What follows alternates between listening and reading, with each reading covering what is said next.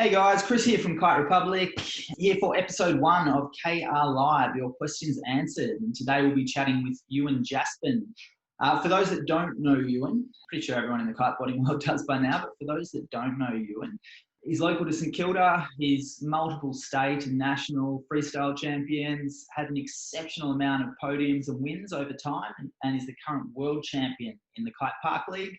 He was voted International Kiteboarder of the Year in 2017, made it through qualifying and won multiple rounds in this year's Red Bull King of the Air event, with some added excitement, which we may hear about, and was one of 16 riders worldwide selected for the Red Bull Mega Loop Challenge this year. Huge accomplishments in many different disciplines, and obviously a wealth of knowledge we look forward to tapping into to help answer your progression questions here in a little. I can see that Ewan is ready to come in. Thought I'd just do a quick little intro there so we didn't have to sit on the screen next to me squirming while I talked about him on that. But we will bring Ewan in here. Hello. I think we got you. How are you, mate? Good. How are you? Pretty good. You're not too beaten up from these 30, 40 knotters we've been getting the last few days? No, not too bad. I did end up riding a lot though. I rode what day is it today? I don't even know. I rode Friday, Saturday, Sunday. Or Yeah, no, nice. Thursday, Friday, Saturday. Yeah, that was it.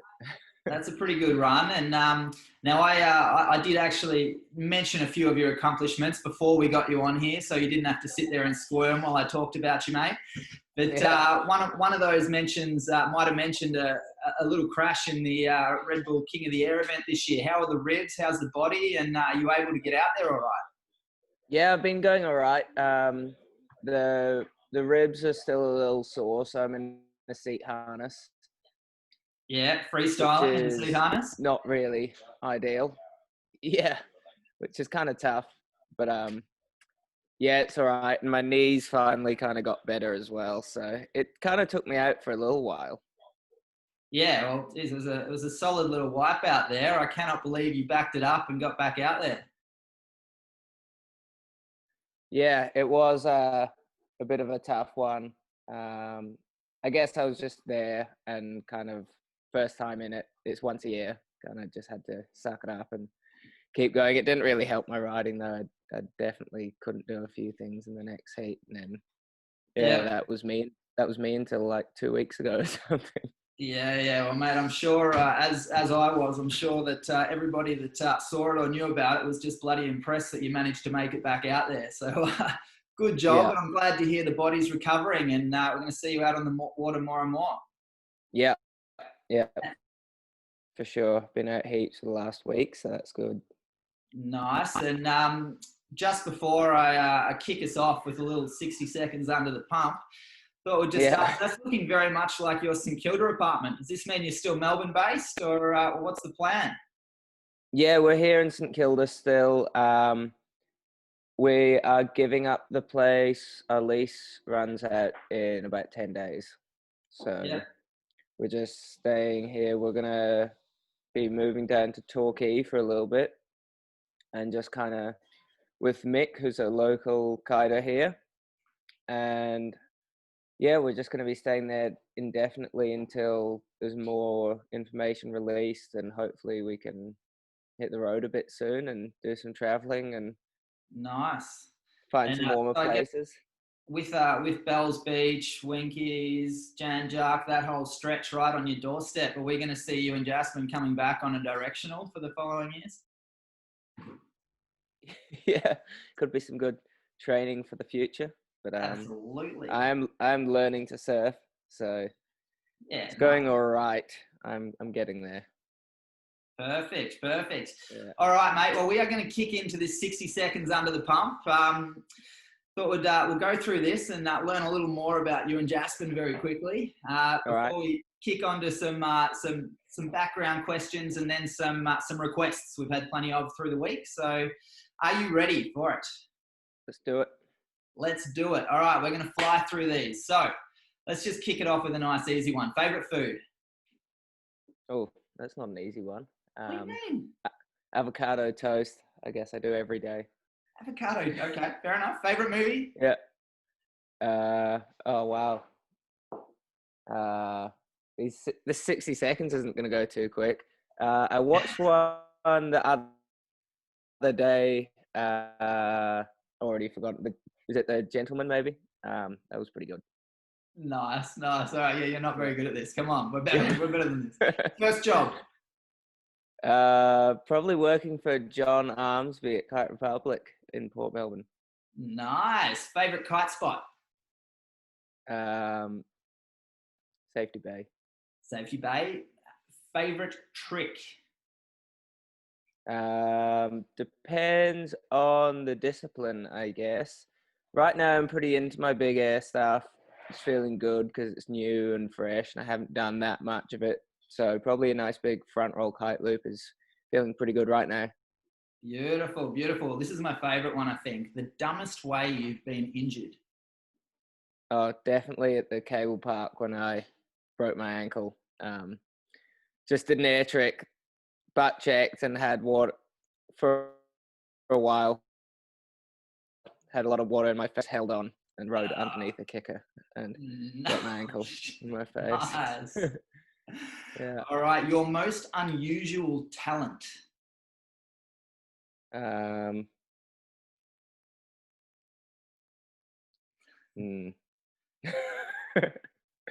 coffee art. Fair enough, coffee art, love it. Yeah. All right, something that people think makes them look cool, but actually makes them look ridiculous. You must see this a bit. A few of these down around here. I think right now probably in kiting or a bit more so in wakeboarding, maybe skinny stances, going too skinny. Nice. I'm going to have to look out trending. For this new phenomenon. Yeah. Awesome. Now, I'm really hoping it's that person in the corner, whoever that was. What's your worst housemate story? That's Katie sneezing away. Sorry, Katie. I probably didn't have too bad a one. Katie seems to have had while I was away last year, a really bad one in our house. So luckily I didn't have to deal with that. But he just sounded, he was a mechanic, I think, and he just basically covered the house in grease. Oh, perfect. Yeah. Very nice. Amongst other things. I reckon this is going to be the quickest answer you've had. Would you rather have unlimited gammy chicken or pork rolls? We'll do gammy. Go gammy. All right, last couple. Who would you most like to sit next to on a 10-hour flight? You're not allowed to take Katie. Oh, sorry, Katie. I reckon maybe a racing driver of some sort. Nice. Yes, maybe Lewis Hamilton or something like that. Sweet, did not see that one coming. All right, and final thing, favorite thing about riding for Nash? Probably the gear. I've known it so well and so long, and I just feel so in tune with it. And anytime I test any other brand's gear, I just I'm glad that I'm riding Nash gear. Yeah, sweet. Nice one. Well, mate, the under the pump questions are gone. You can breathe easy again. We'll go back into some normal questions. Thank God. Now, just a couple of questions to kick things off, just sort of around how you ended up here and sort of advice for others coming through. So first one, I guess we've been lucky enough to follow your kiting journey and be a part of it from the very beginning. Just wondering, for the benefit of those tuning in and possibly for those younger or not so young riders looking to make a career out of kiting, if you could give us a brief run through of your journey, sort of how you got started and how you progressed over time with sponsors and I guess to get where we are now. Yeah, I guess I did like a kind of classic blueprint kind of way through. Obviously started local with the shop, started with Kite Republic. When you guys got Nash into the shop for the first time, was kind of when I moved over. I was riding another brand and wanted to ride Nash really badly after trying someone's torch. And then, yeah, kind of around that time was when you were kind of dealing with Wingenuity to bring Nash into the shop. And I think that worked really well at the same time. And I kind of moved on in. And yeah, from there, just, the classic local competitions, state titles, whatever else was around. I think right then there was a few other competitions like hook stock, some local stuff, which is just good for kind of, getting to know everyone in your local community and being around on the beach. And then went to a couple of national titles, and then from there Wingenuity started helping out, which is the Australian importer for Nash. Mm-hmm. And then, yeah, come the end of school, I wanted to, for my year after school, go and try and do the world tour for kiting, and Nash International stepped in and, yeah, help with that. So I guess kind of building up to that was just going through the ranks, through the shops, through the importers, and making videos, and I don't know, yeah, just getting some good results around the country. And you just kind of step by step do all the right things, and it seemed to work out. Yeah, absolutely. It's been great to watch over time. Yeah, cheers. Nice. And now there was a stage, I reckon it was around 2013. I think you'd had your first big podium at the Triple S. And then I'm pretty sure it was just after that, from memory, that you went through a period where you had a few injuries as well. Yeah. Now, I don't know if it was just, time in your, where you were up to in your development and the rest, or whatever else. But over that following 6 to 12 months, you seemed to bulk up a lot. I mean, I know we were seeing you in the gym a lot, and it was awesome to see, just in terms of the way that it appeared you were, I guess, looking after your body and the rest. Did something change in that time and your perspective on, on how you look after yourself, etc.? Or was it just sort of a bit of everything combined that, that you came out of that stronger and just absolutely took off? Yeah, I guess I was pretty bummed that I'd taken those injuries. I mean, I don't think they were too much to do with me not being in shape or anything as much, And or doing enough training. That's definitely not what I was trying to say. But no, for sure. I remember watching you bulking up as well. It was like a little bit before that. I was doing the whole traveling around the world and, I guess, kind of pro athlete thing, but not doing any training for it, just kiting, and that was it. Not really looking at what I eat or any of that, which is kind of normal, I guess, when you're 18, 19. You don't really think about that kind of stuff. But then I got those injuries and then realized maybe I should be doing a little bit more. And then Kite, who was in Melbourne at that time, he's a kiter from Brazil. He was real into the gym, and he kind of helped me a lot while I had my broken ankle and on crutches. He'd be carting the weights around the gym for me, and I'd be sitting on the bench and he'd just be bringing the weights over, and we just lifted loads of weights for 6 months, I guess, and put on a bit of strength, which was definitely good. Kind of taught me a bit about that discipline of training and all that. And since then, I've been pretty good with all of it. I mean, I've had injuries here and there, but nothing major. Kind of the injuries I still get are kind of to do with those two that I did have back then, shoulder and the ankle. Yep. But yeah, that definitely, I guess the whole thing of coming back was just because I'd had almost 2 years of not really kiting. I think I had 6 weeks in between where I was still a bit ginger from my shoulder. That I was just really motivated and just couldn't wait to get back out there, and I'd just been thinking about it the whole time. So yeah, I can imagine. Back, I kind of had an idea in my head of all the stuff I wanted to do, and it kind of worked pretty quick, I guess. Yeah, awesome. And I guess on that note, whether it be about the body, whether it be about rounding yourself with other skills, not just kiteboarding or whatever else, but what advice would you have for any young riders looking to make this their career?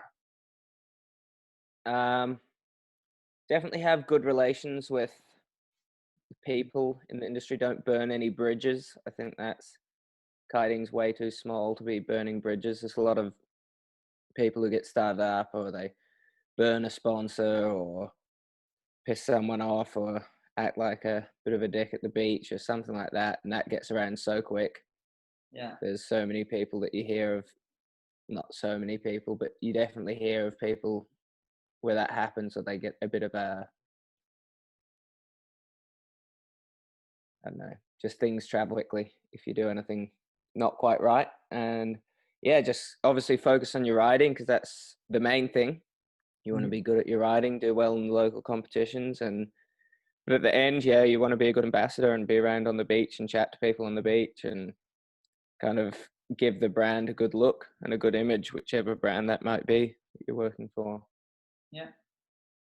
Awesome. Some Yeah. great advice there, guys, if you're keen to get into it. And I have absolutely no doubts after knowing Ewan and the amount of time he puts into people on the beach, anyone that asks him a question, that if you ever do have questions, that you'll be able to find him on Facebook or through one of the social medias, and he'll no doubt be able to give you some time on that if you'd like it. Sorry, Ewan, but I know sure. you say that. Awesome. And looking back at your early days, I know there was some great rivalries that you were having with Kiahi at the time coming up. There was Andy Yates, who was the current world champion, as you were sort of starting to really improve yourself, and then a great bunch of local riders that that were able to push you and constantly keep you improving. As how important was it having those rivalries and having those other people to ride with that could be pushing you as you're coming through? Yeah, for sure. I mean, at every stage of my kiting, I guess, has been someone that I've always been looking up to or trying to beat, whether it was right back in the early days with Lincoln. I was always trying to get a trick up on him or do all the stuff that he was doing. And then in the peanut gallery on the beach, just there. Yeah, you were. Yeah, old Jules and Lenny and all them egging us on. And then I guess from there, it was at the Nationals. Kiahi was always the one I wanted to beat at the Nationals. And yeah, he got the better of me most times. So that was a thing. And then I guess getting on the world tour, I was quite low down for my first few years and just kind of happy to beat anyone. So there was a lot of people up there that were really going for it. But at that point, I didn't really have the mentality that I wanted to win or anything. Yeah. I don't know. I remember just thinking I'd be pretty happy with a top 10 result or a top 15 for the year. And that was like my long-term goal. Yeah. Didn't really know where it was going after that. And then, back into the park scene, there was obviously Sam Light was the guy that I always wanted to beat. Mm-hmm. He was kind of reigning Triple S champion for 4 years. Yeah. So I was pretty happy when I took that off him. And and then Brandon as well. And then, there's lots of rivalries now that kind of find myself up near the top end. Kind of everyone is someone that you want to beat now. But for sure, rivalries kind of growing up in each stage was definitely how the most important way to progress is always having someone that's better than you that you want to, match or learn their tricks or beat them or something like that. Yeah, awesome. And I guess you may have touched on this in that last answer, but was there a moment that, that you were climbing through the ranks and it just clicked that you knew this is what you were going to do? Or has it just been sort of a slow build up over time where it's just, you've had great goals and it's just worked towards them? Yeah, I think just kind of a slow build up, I guess. I think the first time I thought that I could actually do really well at it was in 2016 at the Triple S. I think it was my second year back from the injury. The first year was just like literally straight back from injury into the competition. Yeah, I remember that. Without any practice really, and I wasn't really. That was the first year they got rid of the air tricks, and that was kind of my only strong point at that time for Triple S, which is what I got the podium in 2013. But then it was all park, and I wasn't too good at that, and I think I ended up doing all right, but not top 10 or anything. Yeah.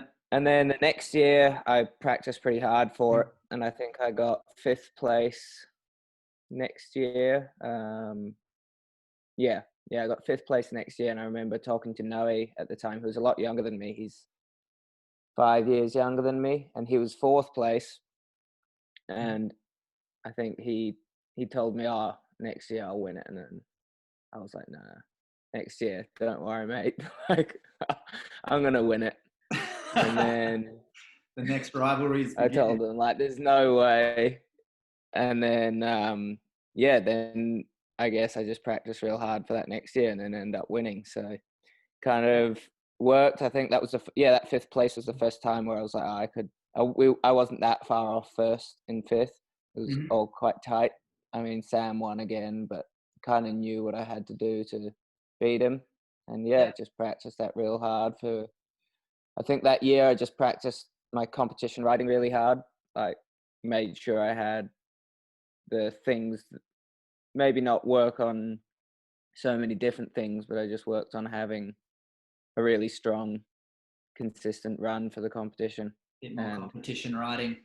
Yeah, and then since then, I don't feel like my competition. Well, I feel like my competition riding is a lot better since that 2017 Triple S. But since then, I've focused a lot more on not competition riding, kind of video riding, and more different tricks. And I think after that Triple S 2017, then we filmed a video there, and then through that summer in Hood River, I learned so much because that kind of weight had been lifted off that I didn't have to feel like I was practicing for competition anymore.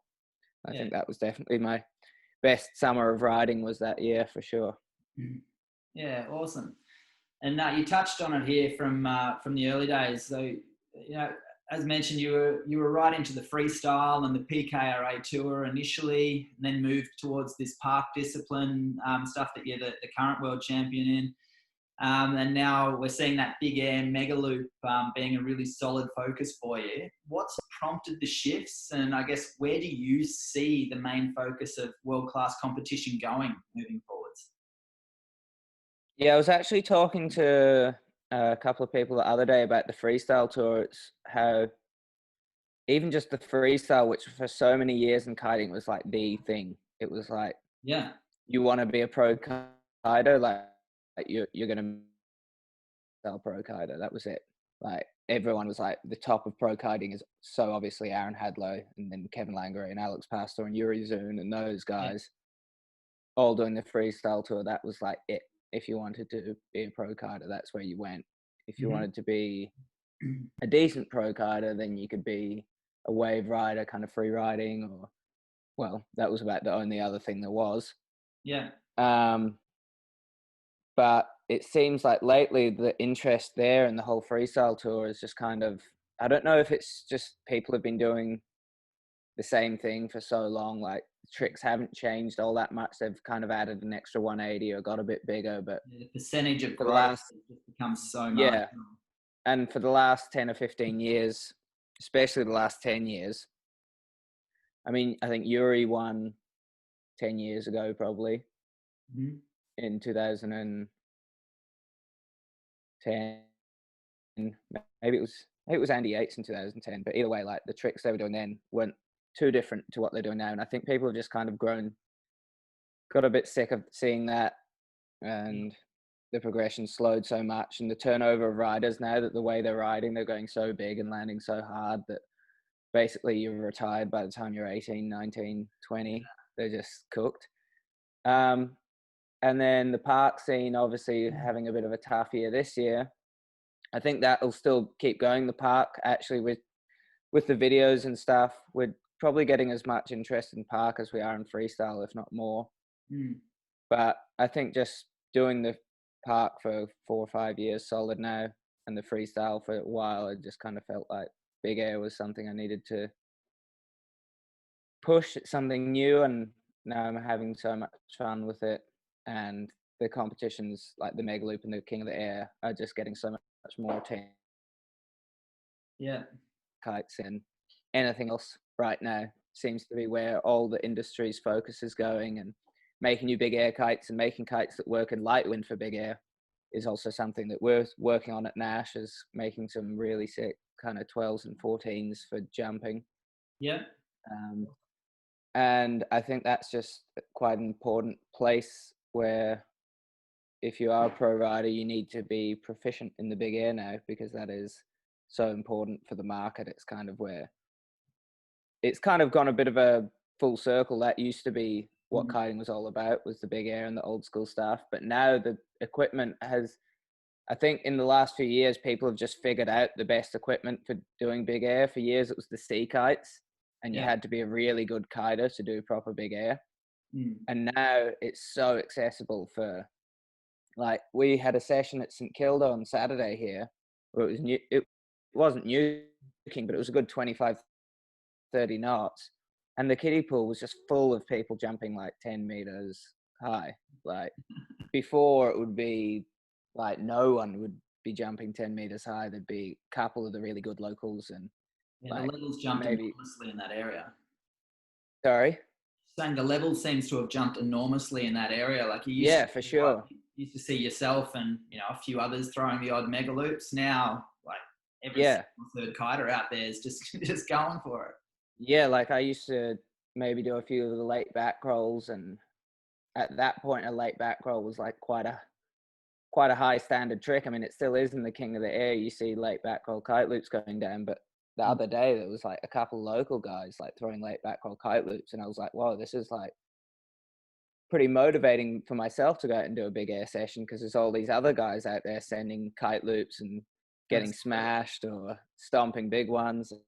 Yeah. And so it was pretty cool to see. And I think definitely the equipment lately is really helping that as well. Like the fact all the brands have got kites that you can just go big on and loop kind of without, like, going big and looping on a sea kite was always kind of scary. I still think it feels the best, because it is that kind of like adrenaline, and it pulls so hard and it's so direct and you can feel everything. But now the gear is like accessible to so many people to go out and throw kite loops and kind of feel relatively safe. I mean, it's still definitely an extreme feeling, but it's kind of that accessible extreme feeling now that anyone can go out and kind of work themselves up to. Yeah, for sure. And on that mega loop side of things, I don't want to focus on the whole COVID-19 thing, but I know that you were obviously heading to Europe for the mega loop challenge and one of the pre-selected riders there. So I think you were likely to spend time over in Europe for this season as well, chasing wind and doing it from that side of the world for a change. But how have things changed in that plan yet? And do we know what's happening with the mega loop challenge? Yeah, so I was supposed to be in Portugal for 6 months or so as a base, being in Europe, starting about a month ago. So obviously things have changed quite a bit. Right now they've postponed the Mega Loop Challenge till, so the way they just have it's like a 6-month long window. I think there was supposed to be from April 31st to November 1st was their window, or October 1st. Yeah, November. But because of the whole situation, now it's Holland has banned all events until 1st of September. So now the window is 1st of September till 1st of November. So hopefully by then we are able to get it done, and there's a storm that comes in that period, because they just basically call it on from wherever you are in the world, like 2 days in advance or 3 days in advance. And luckily they give us a flight allowance to get there, kind of allowing for a last minute ticket, which from Australia could be pretty expensive. And I guess just right now, I don't know what flight prices are going to be like in 6 months. They could be, that allowance might get me 3 flights there, or it might not even get me half a flight there. So yeah, who knows, huh? Yeah, but otherwise they're still planning on having it go ahead. But it's a bummer. Basically everything else is off the table right now. We're obviously, I was looking up all the travel restrictions and when things might be lifted, and right now as Australians you're literally banned from leaving the country. Like, you just cannot leave, even if it's to a country that will let you in. We're not allowed to leave. So yeah, up enough, but stage. wonder when that's yeah, as soon as I'm allowed to leave, I think the first stop I've got is Maui. Go over there and hopefully try and get some photo shoot stuff. Right now, they're just photo shooting with whoever they've got on the island, which is not too many of the team. Lucky Tim, who's Des, who's like the Kite product manager and longtime team manager and all that. His son is now becoming a very good kiter and is able to shoot most of the gear. But I think we would like to have a few more people over there to help shoot. And yeah, I would love to be there as well. They just said right now it's insane in Maui. It's just absolutely no one there. The island is just empty. It's windy, like weirdly good wind every day. They said it's like not gusty, sunny. It's just perfect, and there's just no one there. Like the whole place is deserted. So As Ewan looks into sounds pretty nice place to be. Yeah. So Des keeps messaging me every day. He's like, "Oh man, wish you were here. It's so good." I'm like, "Yep." Because you know that's I just know. Yeah. Yeah, he doesn't seem to get it. So, mate, I've got one more question, and then we'll jump into a couple of request questions. But my final question was: this year, we obviously saw you drop Beholden Sea with Alex, and there were a couple of other feature-length sort of movies that came out. For the last few years, other than those couple that have just dropped really recently, last year or two, it's all been sort of social media, 1 minute, 2 minute, 3 minute videos. Is that sort of driven from brands, or is it likely we're going to get more of those feature-length movies? What's the go in that area? It's kind of hard, which is it's a funny one, like to work out what you want to do, because obviously so many of the brands, well, for the last few years have been, since social media became a thing and you can track your views and likes and shares and all that. Yeah. Obviously the more likes and views and shares, the better, and the more value they see in that. And a lot of the time they don't really go past just the numbers. But I think Nash now, they're kind of seeing past that a bit, and there's obviously so much more value in a longer piece of media being on the internet for years with repeat views. And if someone sits down and watches that video like Beholden Sea for 20 minutes or so, and I think that definitely, even though that's still only one view, or you post a 2-second clip on Instagram, that's also one view. There's definitely, you can see the value in the 20 minutes that someone's taken to sit down, and they'll actually remember it. Whereas I don't remember, like, I had a little Instagram scroll half an hour ago and I don't remember anything I saw.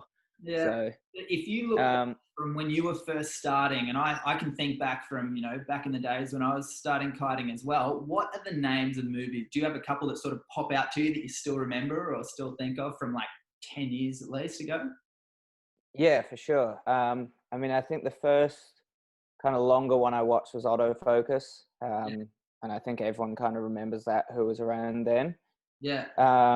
And then there was also just kind of online series, like Yuri Zun, he did the recorded series, which I watched a lot. Christoph kind of releases Mowgli's Jungles videos.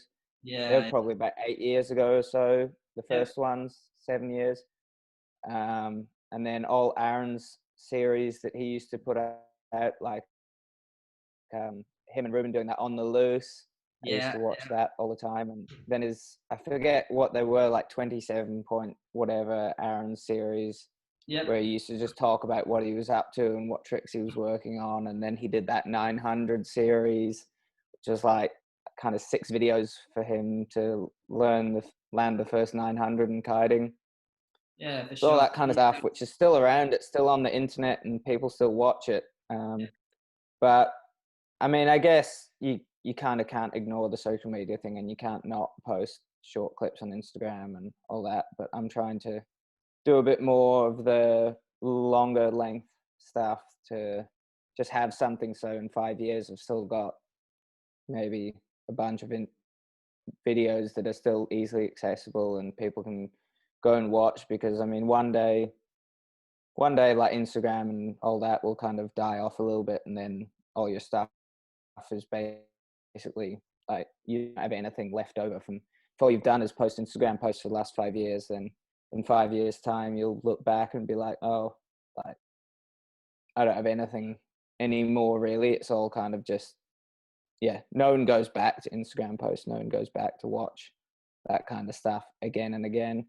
No, it's a So fair call. I think it's important to have longer length things around, and I think brands are starting to see the importance of that stuff as well, and kind of grows a bit more of a, I don't know, an image and community, and pushes, because that's kind of where board sports have always been, or in making videos and pushing full length videos and releasing your part with like crazy tricks, and stokes people Absolutely. out to Groms out to do the same thing. So And yeah. just the openings, like community-wise, I know you did them in a number of places, but it was awesome to have that sort of 100 or so people down together, stoked, watching Behold and See for their grand opening and that. It's just that, you know, it gets everyone so buzzed and talking about it, and it's a fun community thing as well to have. Yeah, for sure. So I think that stuff's really important, and you get way more messages and people talking to you and telling you how much they enjoyed it and all that kind of stuff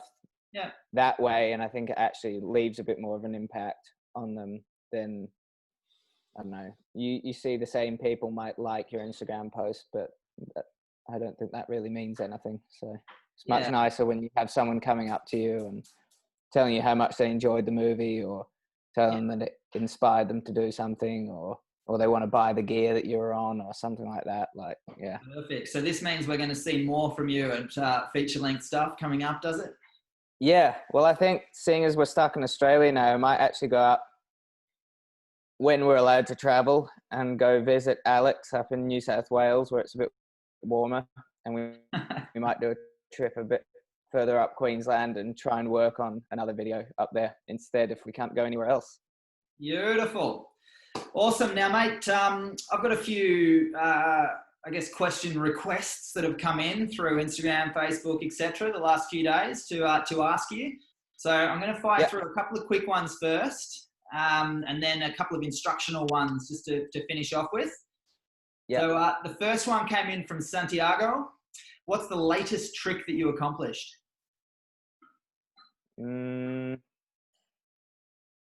I did actually the other day at St Kilda. I added a seatbelt grab to my front roll kite loop, so that's probably that one. Nice. I thought we were going to hear the around the world on the foil. But, yeah, that could be my latest fully new trick, I guess. Yeah. Yeah, nice. Adding the seatbelt grabs. All right, from Rick, what is the next trick that you are aiming to nail? I want to start, probably again for big air stuff, I want to start being able to grab before the kite loop. So I need to get better at looping with one hand so I can hold my grab for the whole time. I'm still a bit sketched out in super strong wind to pull the loop on with one hand. Kind of worried that it might do a really, really big slow loop and then I'll just perish. But yeah, I need to get better at that. I think I probably should learn the board off kite loops, but I don't know. There's other things I want to learn before I go down that path. Yep. Nice one. Everyone seems to be doing that one too now, so I don't know. I don't think it's really a trick that differentiates you from everyone anymore. Yeah, it's currently scoring well though, isn't it? It is, yeah. So that's why might need to do it. Yeah. Nice one. From Wahin, who are your favourite air trick and park riders? I think you've mentioned a few on that when we were talking about rivalries before, but air trick and park riders. Yeah. Air tricks, probably Christoph Tack, Noe Font. Back in the day, definitely. Oh, Aaron Hadlow, of course, now and back in the day, and then Yuri when he was kind of winning his world titles was just like insane competition machine. He was just for 2 years, he just completely dominated everyone. So can't go past that really. Mm-hmm. And then park riders, yeah, say probably similar people. Sam Light for sure. Noe, Brandon, Christoph as well. Craig Cunningham's done a lot of cool stuff over the years as well, especially videos and rail hits and all that. So yeah, I mean, there's probably people I've missed, awesome. but they're the main ones. Now, I'm pretty sure you're going to work out which Stuart this is from these 3 quick fire questions, but I better ask them. Right. Yeah. So first one, if you could only go to one, Hatteras or Hood River? Ooh. Don't upset anyone here, Ewan. Hatteras for the kiting, Hood River for a longer period of time probably is a nicer place to be. Nice one, nice one. Now, the most important question on the roster. What's the skitsest coffee shop you've ever been to? Stu took me to a few crazy coffee shops in South Africa, actually in Cape Town.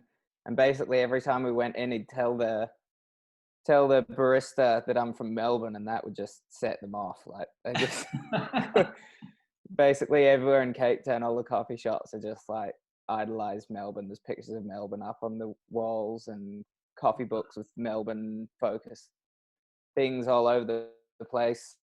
Perfect. Did they let you took me behind to the some pretty counter crazy to ones. do There was some just coffee one art? that was like show them how it's done. But no, they were pretty good at it. I was I actually think that's probably the best coffee places I've been are there. I mean, I don't really visit the crazy ones in Melbourne up in the north, so maybe we've got the same. I mean, I'm sure we have the same things, but probably far more expensive. Anyway, sorry? I don't think your beard's long enough. You're not allowed in yet. No, I'm not. Yeah, I need to get the shaved sides and grow the beard out. So, yeah. All right, Yeah. and final one from Stuart. What's your best freestyle trick and your best kicker trick? Best freestyle trick is probably maybe a melon slim 7. And best kicker trick is probably a KGB 5, which I can do with air trick as well, a bit easier, but I think off the kicker, it's a lot harder. And I did one in competition, which was the only one that's ever been done in competition last year, but I didn't get scored too well for it. So Ripped off. harsh. All right, sort of going into the instructional, but final one before. From Bagus, what are the benefits of riding a big board for air tricks, and what is too big or small? So I've been really getting into the bigger boards at the moment, but not just kind of upscaled bigger boards, which is what the bigger boards have been for quite a while in kiting. When people think of a big board, it's basically like a light wind board, like a big flat door, basically. And a lot of people have the idea that there's like, for certain weight people or size people, there's just like one size board. It's like if you're 80 kilos, you ride a 140. If you're 70 kilos, you ride a 136 or stuff like that. But I think what kiting's lacking is different boards. Like say in surfing, like there's no blueprint as to what you should ride.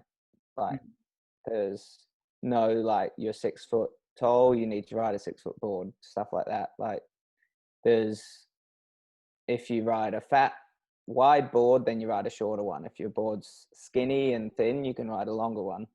Yeah, which is kind of what we're working on with kite boards at the moment, is being able to bring some longer boards in, but they're still skinny. So we've got a few coming out with Nash that are pretty nice. They're definitely, you ride them quite a lot longer than what you would a normal board, but the width stays the same. So it's just extra tip and tail, which is really nice for carving and playing around and buttering, and also gives you a nice long rail. Like, so if you've got quite a thick rail as well, you get a lot of grip out the rail. And I've been testing this 152 at the moment for air tricks, which I've really been liking. And that's pretty much all I've been riding lately for the air tricks, is the 152. And I feel like you just have so much more board to play around with, and just carves feel so nice on it. And you get so much, if you get it right, you get so much pop because there's so much rail that you've got in the water. So there's a lot of grip. Yeah. And then the landings are so much smoother. You just kind of land and glide out the landings instead of kind of, you just have such a nice platform that it like really glides along the water. And it's nice, fast, early planing board. And I guess just out of interest, say this year, Red Bull King of the Air, I don't know what it was, probably high 20s, 30 something knots, I'd Yeah. assume. What size board would you have been on competing there?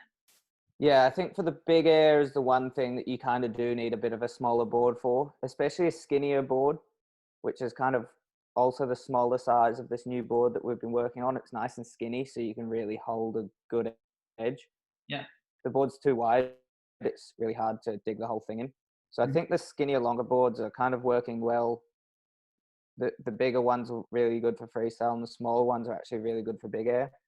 I was on a 135 stomp this year for the King of the Air, Yeah. which is just really nice. I usually ride a 142, but since I was riding foot straps too, when you're that overpowered, you just need a small board to kind of be able to dig the whole rail in and get the whole board in. So I was on a 135 there. I think this new one we're working on, I ride a 138 for big air, as I think it might even be skinnier than the 135 stomp. So you can really, even though it's 138, it feels like a 134 or something. Yeah, awesome. Okay, I look forward to seeing these when they come out. Yeah, I gave Caesar a ride on it the other day when we were down in Frankston.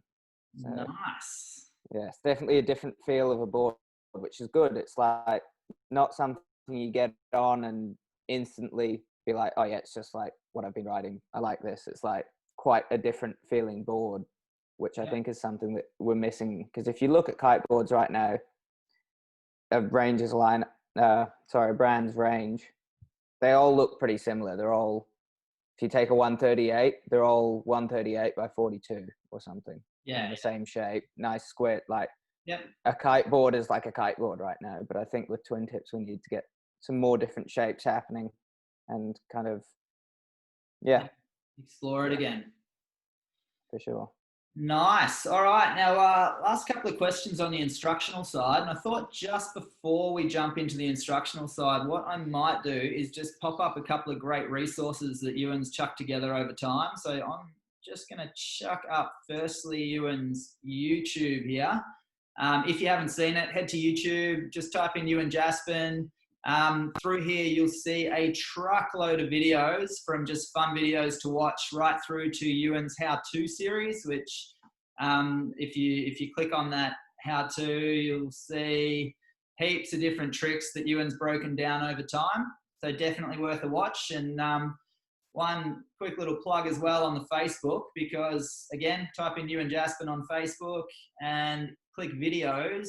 If you are bored or if you're wanting a bit of motivation at the moment, there are hundreds of videos. You have got days, probably weeks of content that Ewan's put together over time. So well worth a watch, and some great tips in there, as well as just some great Stoke movies to check out. So thank you for chucking all them together, Ewan. I'll bring you back over here.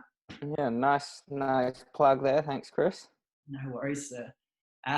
So on the instructional side of things, I'm just going to read the first three, I think, of these super quick, because they're all very much in the same realm and very much about an area that we've been talking about here today. So first one from Matt was, I'd be interested in understanding the best steps in looping, from down loops to kite loops, maybe mega loops is a step too far, when and how to use them.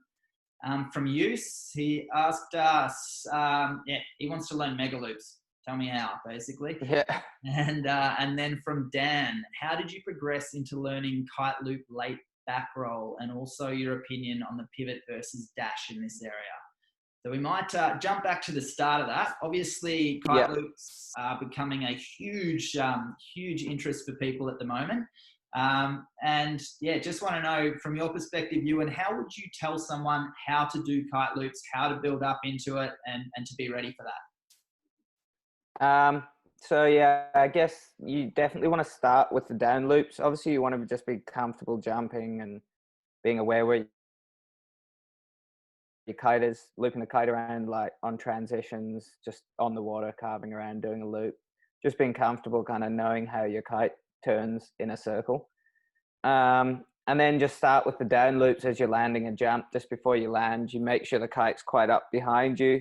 I think one thing that I've realized, kind of talking to a lot of people lately with the down loop, is you need to be kind of swinging underneath your kite for it to work. If it's still sitting out in front of you when you're coming down for a jump, then you try and do a down loop. It actually just really turns into like a normal kite loop, and it pulls you quite hard into your landing. So I think the important thing is for you to kind of swing under your kite. So if you looked up, your kite would be kind of flying over your head, coming down from the jump. And that's when you loop it, and then the whole loop is straight above your head. So it actually just pulls you straight upwards and gives you a soft landing. So that would be the ideal way to start learning to loop your kite, because it doesn't pull you forward at all. It just pulls you up. So there's very low risk and really just softens out your landing. And from there, 4 people on that loop, sorry, Ewan, are you talking front hand or backhand, and where should people distinguish which way they should be looping it to catch them? So it can be either way. I think the nicest way to do it is front hand down loop into a transition. Mm-hmm. I feel like that's probably the kind of smoothest and easy way to do it. As you kind of, when you send your kite, obviously you pull your backhand on and it sends your kite over to the, say you're going to the left, it'll send your kite over to the right. Mm-hmm. And then as you're coming down, let it swing back over your head and then keep it going into a down loop, and you can go out the other way. So that's kind of the simplest kind of way to send your kite one way, bring it back a bit, and then loop it down and go out, ride the other way. But you can down loop with either hand. It kind of just depends on how you're coming down from your jump. If it's a really big jump and you've kind of been in the air longer than expected, obviously your kite's not just going to go one way and the other way and you land. You're going to have to kind of work it a bit and keep it moving, and the longer you're in the air, you might find yourself twisting one way or the other, or there might be someone coming one way and you have to go out the other way. So you can really do that kind of heli loop thing with either hand. Mm-hmm. You just want to make sure your kite's quite high above you and not sitting out in front of you. Yeah. And then from there, if you want to move on to your first kite loops, it's probably best to do them on the way down or kind of at the top of your jump, and still keep the kite quite high in front of you, or above you, sorry, so it doesn't pull you too hard. And you just need to make sure to commit. Obviously, just doing the down loops and stuff at first will help, being able to hold the kite loop on and commit to it. Mm-hmm. But you need to have your bar locked all the way in. As soon as you start sheeting out with your bar, the kite starts turning slower and it will do this big loop and then kind of punish you. So that's not ideal. So you want to definitely lock the bar in until the kite's flying back up. Then you can sheet out a bit to help it climb up to catch you. And then once it's above you, you sheet back in to kind of give you that last bit of lift before landing. Yeah. And yeah, you just kind of work the kite loops into doing them earlier and earlier and earlier. So you do your down loop right at the end of your jump, then you might start doing that a bit earlier. And the earlier you do it, the more powerful the loop will start to become. And you just kind of work on that until ideally you're doing the loop on the way up. And I guess, yeah, that just takes time and practice and confidence as well, and not kind of taking a step too far and freaking yourself out. And then usually when people freak out, they put the bar out and it becomes a lot worse than they intended, and then they never do it again. Nice. And yeah, I guess for Dan, progressing to a kite loop late back roll, so he's obviously got his kite loop going. When does he throw the back roll and how? So the late back roll is actually, I think it's the easiest kite loop trick there is by a long way. But it's kind of one of the scariest to start off with, because the idea of it throwing a back roll not off the water, like, so you're not initiating with your board, you just kind of have to send it midair, sounds really scary. And whenever you're doing a kite loop, usually you're like looping it and thinking the last thing I want to do right now is like turn my back to the kite and do a back roll. But it's really good because you can loop the kite, and by the time you loop the kite, you kind of know if the kite loop is going to work or not. So you know if you're starting to loop it, you can look down, you're like, okay, I'm high enough. Okay, the wind's good enough. The loop feels good. I know it's going to catch me. So now I can throw a back roll, and I know I'm not going to like crash down out of the sky. At least the worst thing that's going to happen is I might land halfway around, but at least the kite will have caught me. Yep. So, and then the way the kite loops, doing a normal kite loop kind of helps you initiate the back roll. And if you actually just feel that pull and then throw the back roll, I almost guarantee your first one will work. Like every single person I've taught who's good at kite looping already, just the first time they actually attempt the late back roll, it just works. Like my first one ever tried, I was scared for so long to try it, and the first one I tried, I landed, and then basically have never crashed one since. And that seems the same with anyone who tries it. I don't know if this Dan from who rides the core kites at St Kilda. Is that Machado Ferrer? No, he rides an Ash. Okay. Well, this Dan, the other Dan, has started doing the late back rolls lately, and he did a massive one the other day. But he said it the same. He just learnt them, and all of a sudden you can just do them. So it's just committing to it, because it does feel really scary at first throwing that loop. But by the first time you feel the loop, and that pull that you get from the loop really just helps you throw a back roll really easily. So yeah, basically it's just commitment, looking with your shoulders and keeping tight.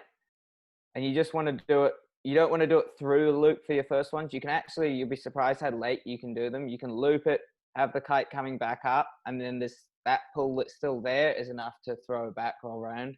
Mm-hmm. And just the way the kite's pulled you and the way it's working for some reason just really makes a back roll so easy out of nothing. So it's actually a lot easier than most people think, but it's one of the more intimidating ones to learn. I feel like a lot of people learn doing like a back roll kite loop like it off the water first, but I actually think that one is a lot harder, because you have to commit to the back roll and the kite loop when you're blind, like you're not looking at the kite.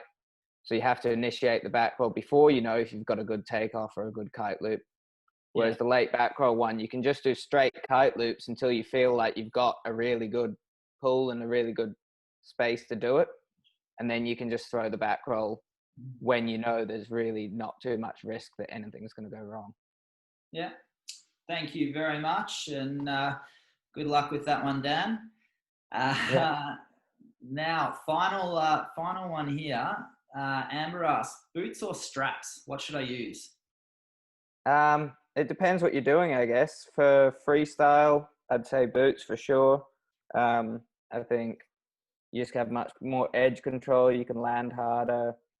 Your feet don't slip out the straps when you land. I've kind of hurt my ankles doing freestyle and straps a few times. But it's also a personal preference thing. Some people just prefer riding straps for freestyle, and that's cool. I think for big air, I definitely do like doing big air in boots, but since I had that crash in Cape Town where I kind of just dropped out the sky, I was in foot straps luckily, and it was one of my first times in foot straps doing big air, and I was able to kick the board off to the side where I just fell out the sky from like 10 meters. And if I was in boots, then like